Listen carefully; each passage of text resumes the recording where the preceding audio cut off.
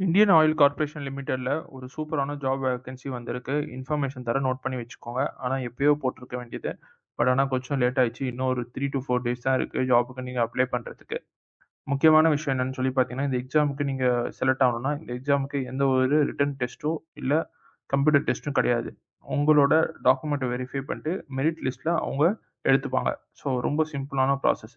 என்னென்ன ஹையரிங் பண்றாங்கன்னு சொல்லி பார்த்தீங்கன்னா, ட்ரேட் அப்ரண்டிஸ்ஷிப் ஹையரிங் பண்றாங்க. அதாவது 3 years BSc maths, physics and கெமிஸ்ட்ரில இண்டஸ்ட்ரி கெமிஸ்ட்ரி முடிச்சிருந்தா எடுத்திருக்காங்க. இல்லன்னா அதுக்கப்புறம் பார்த்தீங்கன்னா, வித் ஐடிஐ நீங்க முடிச்சிருந்தாலும் உங்கள ஹையர் பண்ணிக்கிறாங்க.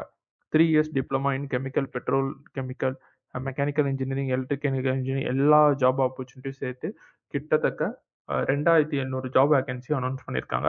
நீங்க கிளாஸ் 12th முடிச்சிருந்தாவே மோர் தென் எனஃப். ஸோ நெறையலாம் எக்ஸ்பெக்ட் பண்ணல உங்கள்ட்ட இருந்துட்டு. ஸோ இதில வந்துட்டு இன்னும் ஒரு சில இன்ஃபர்மேஷன்லாம் மட்டும் நான் குயிக்கா கவர் பண்ணிர்றேன். அப்பதான் நீங்க போயிட்டு சீக்கிரம் இந்த ஜாப்க்கு அப்ளை பண்ண முடியும். ஸோ இந்த ஜாப்ல வேற என்னென்ன சொல்லியிருக்காங்க அப்படின்னு சொல்லி பார்க்கலாமா? ஸோ ஃபர்ஸ்ட் எடுத்தோனே நீங்க எஜுகேஷன் குவாலிஃபிகேஷன் நீங்க முடிச்சிருக்கீங்கன்னு வச்சுக்கோங்களேன். 12th கிராஜுவேஷன், டிப்ளமோ ஹோல்டரா இருக்கீங்கன்னா, இதில எந்த ஜாப்க்கு நீங்க அப்ளை பண்றதா இருந்தாலும் மினிமம் 50% ஆஃப் மார்க் வச்சிருக்கணும். ஸோ அதுக்கு கீழ வச்சிருக்க கூடாது. சப்போஸ் எஸ்சி, எஸ்டியா இருக்கீங்க, இல்ல பிடபிள்யூபிடி அதாவது பிசிக்கலி டிசேபிள்டு அப்படின்னு சொல்லுவாங்க. ஸோ அவங்களுக்கு வந்து 45% ஆஃப் மார்க் வச்சிருந்தாவே மோர் தென் எனஃப். அ இதுல அடுத்து என்ன மென்ஷன் பண்ணியிருக்காங்கன்னு சொல்லி பார்த்தீங்கன்னா, ஃப்ரெஷர் அப்ரென்டிஸ்ஷிப்னு ஒண்ணு மென்ஷன் பண்ணியிருக்காங்க. சப்போஸ் நீங்க கிராஜுவேஷன் முடிக்கல.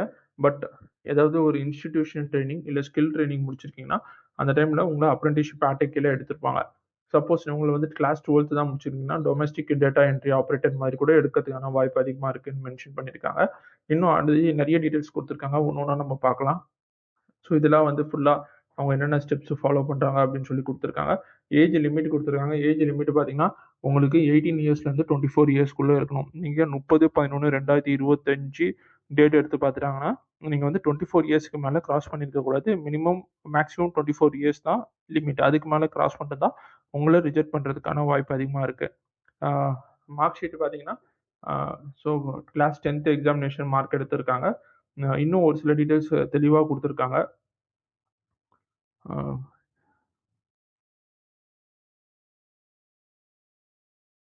ஸோ உங்களோட qualification and age criteria is based on 30/11/2025 குடுத்துருக்காங்க. ஸோ இதில அப்ரென்டிஸ்ஷிப் ஆக்ட் கீழ தான் உங்கள ஹையர் பண்றாங்க. கன்ஃபார்மா உங்களுக்கு ஆஃபர் குடுக்க மாட்டாங்க. ஸோ அப்ரென்டிஸ்ஷிப் ஆக்ட் கீழ நீங்க கவர் ஆயிட்டீங்கன்னா, நோ அப்ளிகேஷன் எதுவும் கிடையாது. உங்களுக்கு ஆஃபர் லெட்டர் குடுக்கணும்னு சொல்ட்டு. ஸோ அதனால ஆஃபர் லெட்டர குடுக்க மாட்டாங்க. செலக்ஷன் மெத்தடாலஜி என்ன வச்சிருக்காங்கன்னு சொல்லி பார்த்தீங்கன்னா, no written test. Written test கிடையாது. உங்களுக்கு ஜஸ்ட் நீங்க எக்ஸாம்க்கு போயிட்டு அ அட்டெண்ட் பண்ணா எக்ஸாம் அட்டெண்ட் பண்ணணும்னு எந்த ஒரு அவசியமும் கிடையாது. ரிட்டன் எக்ஸாம் கிடையாது. கம்ப்யூட்டர் எக்ஸாம் கிடையாது. நீங்க ஜாப்க்கு அப்ளை பண்ணணும். சப்போஸ் அவங்களுக்கு நீங்க ஃபிட்டா இருப்பீங்க அப்படின்னு சொல்லி தெரிஞ்சுச்சுன்னா, உங்கள ஷார்ட் லிஸ்ட் பண்ணி அடுத்த ரவுண்டுக்கு கூப்பிடுவாங்க. ஸோ அப்படி அடுத்த ரவுண்டுக்கு குடுக்கும்போது என்னென்ன டாக்குமெண்ட்லாம் நீங்க எடுத்துட்டு போகணும்னு சொல்லி பார்த்தீங்கன்னா, உங்களோட 10th டாக்குமெண்ட், +2 டாக்குமெண்ட், டிப்ளோமா முடிச்சிருந்தா டிப்ளோமா, இல்ல பேச்சுலர் டிகிரி முடிச்சிருந்தா பேச்சுலர் டிகிரி டாக்குமெண்ட்ஸ் எடுத்துட்டு போணும். ஸோ எல்லா டாக்குமெண்ட்ஸையும் ஒரிஜினல் டாக்குமெண்ட்ஸ் நீங்க எடுத்துட்டு போணும் வேலிடேஷன் பண்றதுக்கு. அது வேலிடேஷன் பண்ணிட்டு அவங்க கன்ஃபார்ம் பண்ணுவாங்க. இது ஒரிஜினல் டாக்குமெண்ட்டா இல்ல டூப்ளிகேட் டாக்குமெண்ட்டான்னு சொல்லிட்டு. அதே மாதிரி பெர்சன்டேஜ வந்து சிஜிபியா கன்வெர்ட் பண்ணி எடுத்துட்டு வரணும் அப்படின்னு சொல்லியிருக்காங்க. ஸோ நீங்க வந்து சிஜிபிஏக்கு அப்ளிகபிள்னா அதுக்கு ஏத்த மாரி தான் அவங்க கால்குலேட் பண்ணுவாங்க. அதுக்கப்புறம் மெடிக்கல் ஃபிட்னஸ் டெஸ்ட் வைக்கிறாங்க. அப்ரென்டிஸ்ஷிப்க்கு கீழ பிசிக்கலா ஃபிட்டா இருக்கீங்களா அப்படின்னு சொல்லியும் check பண்ணிர்றாங்க.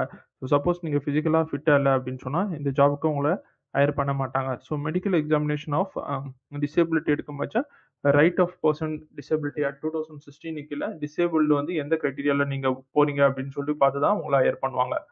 Liability to declare. So இதெல்லாம் ஜெனரல் இன்ஃபர்மேஷன்.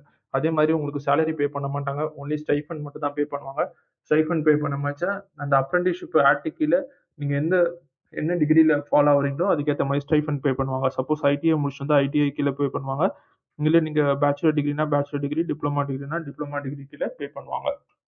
அண்ட் ஹெச்ஆர் எல்லாம் எதுவும் குடுக்க மாட்டேன் அப்படின்னு சொல்லியிருக்காங்க. ஜென்ரல் லீவ் பார்த்தீங்கன்னா, 8 டேஸ் பெர் குவார்ட்டர் குடுப்பாங்க. ஸோ ஒரு வருஷத்துக்கு 32 டேஸ். அதுவே கேஷுவல் லீவ் பார்த்தீங்கன்னா, 12 days per calendar year. Pro rata பேசிஸ்ல தான் குடுப்பாங்க. And so it is almost like a one one day per month அப்படின்னு சொல்லி மென்ஷன் பண்ணியிருக்காங்க. ஸோ அதே மாரி அப்ரென்டிஸ்ஷிப் வந்து ஹாலிடேவும் யூஸ் பண்ணிக்கலாம். அவங்க வந்து ஹாலிடே ஆக்ட் கீழ அந்த கம்பெனி எந்த ஆல்ரெடி ஆர்டிக்கல ஃபாலோ ஆகுதோ அதுக்கேற்ற மாதிரி கொடுக்குறாங்க. Insurance coverage, accidental insurance coverage மட்டும் கொடுத்துருக்காங்க. பீரியட் ஆஃப் அப்ரெண்டிஸ்ஷிப் பார்த்தீங்கன்னா அவங்களோட ரூல் 7ல என்ன மென்ஷன் அதுதான். ஸோ நான் முன்னாடி கொடுத்த நோட்டிஃபிகேஷனில் 12 மந்த்ஸ் வந்து 15 மந்த்ஸ் வரைக்கும் அவங்களுக்கு பீரியட் இருக்கும் அப்படின்னு சொல்லி ஃப்ரேம் பண்ணியிருக்காங்க. அது வந்து எந்த ஜாப் நீங்கள் பார்க்குறீங்களோ அதுக்கேற்ற மாதிரி மாறுது. ஸோ இந்த ஜாப்க்கு நீங்கள் அப்ளை பண்ணணும் அப்படின்னு சொல்லி ஆசைப்பட்டீங்கன்னா உங்களோட டாக்குமெண்ட்ஸ் எல்லாமே ரெடியாக வச்சுக்கோங்க. ஸோ ஹவு டு அப்ளைன்னு சொல்லி பார்த்தீங்கன்னா நீங்கள் www.iocl.com அப்படின்னு சொல்கிற வெப்சைட்டில் போயிட்டு நீங்கள் அப்ளை பண்ணலாம். ஸோ இதில் முக்கால்வாசி டீட்டெயில்ஸ் வந்து உங்கள்கிட்ட ஏற்கனவே இருக்கும். இதில் உள்ள மிகப்பெரிய அட்வான்டேஜ் என்னன்னு சொல்லி பார்த்தீங்கன்னா நீங்கள் வந்து எந்த ஒரு ரிட்டன் எக்ஸாம் இப்போ இந்த ஜாப்க்கு அப்ளை பண்ண வச்ச இந்தியன் ஆயில் ரெக்ரூட்மெண்ட் போர்டுக்குள்ளே போயிடுவீங்க. இந்தியன் ஆயில் ரெக்ரூட்மெண்ட் போர்டுக்குள்ளே போயிட்டீங்கன்னா டீடைல்டு அட்வர்டைஸ்மெண்ட் பார்க்கணும்னா இந்த document download the advertisement as PDF file அப்படின்னு சொல்லி கொடுத்துருக்காங்க. நீங்கள் SC ST format for certificate, caste certificate ஃபார்மட்லாம் நீங்கள் பார்க்கணும்னா இங்கே டீடைல்ஸ் கொடுத்துருக்காங்க. இப்போ இங்கே அப்ளை நவ் அப்படின்னு சொல்லி ஆப்ஷனை கிளிக் பண்ணீங்கன்னா இந்த அப்ளை நவுல நீங்கள் இன்ஸ்ட்ரக்ஷனை படித்து பார்த்துக்கலாம். என்னென்ன இன்ஸ்ட்ரக்ஷன் கொடுத்துருக்காங்கன்னு சொல்லிட்டு. ஸோ அதுக்கப்புறம் உங்களோட ஒரு டீடைல்ஸாக நீங்கள் ஃபில் பண்ணுற மாதிரி இருக்கும். ஸோ இதில் வந்து என்ன கேட்டிருக்காங்கன்னா good quality scan of recent photograph upload பண்ணணும். அதை ரெடியாக வச்சுக்கோங்க. அப்லோட் பண்ணுறதுக்கு முன்னாடி உங்களோட சிக்னேச்சரையும் நீங்கள் அப்லோட் பண்ணுற மாதிரி இருக்கும். ஃபைல் டைப் பார்த்தீங்கன்னா ஜேபிஜி ஃபைல் ஃபார்மெட்டு அண்ட் ரெண்டுமே ஜேபிஜி ஃபைல் ஃபார்மெட் தான் கொடுத்துருக்காங்க. நீங்கள் உங்களோட சைன் வந்து நாட் லெஸ் தென் 4 KB இருக்கணும். அதே மாதிரி உங்கள் ஃபோட்டோவை நீங்கள் அப்லோட் பண்ண வச்சா நாட் லெஸ் தென் 10 KB கிட்ட இருக்கணும். இந்த டீடைல்ஸ்லாம் படிச்சுட்டு பார்த்துட்டு ஒன்று நீங்கள் அப்ளை பண்ணலாம். ஒரு சூப்பரான ஜாப் ஆப்பர்ச்சுனிட்டி. ஸோ நெக்ஸ்ட் கொடுத்து அடுத்த டீடைல்ஸ் என்னன்னு சொல்லிட்டு பாருங்கள். ஸோ இங்கே வந்துட்டு என்ன போஸ்ட்டுக்கு நீங்கள் அப்ளை பண்ணுறீங்க அப்படின்னு சொல்லி டீடைல்ஸ் கொடுத்துருப்பாங்க. ஸோ நீங்கள் மெக்கானிக்கலா எலக்ட்ரிக்கலா அப்படின்னு சொல்லி நீங்கள் சூஸ் பண்ணிக்கலாம். ஸோ சூஸ் பண்ணதுக்கப்புறம் உங்களோட டீடைல்ஸ் ஃபுல்லாகவே கேட்பாங்க. இந்த டீடைல்ஸை ஒன்று அடுத்தடுத்து கொடுத்து ஃபாலோ பண்ணிங்கன்னா நீங்கள் ஈஸியாக இந்த ஜாப்க்கு அப்ளை பண்ணிடலாம். ஸோ ஏற்கனவே சொன்ன மாதிரி யாருக்காச்சும் யூஸ்ஃபுல்லாக இருக்கும்.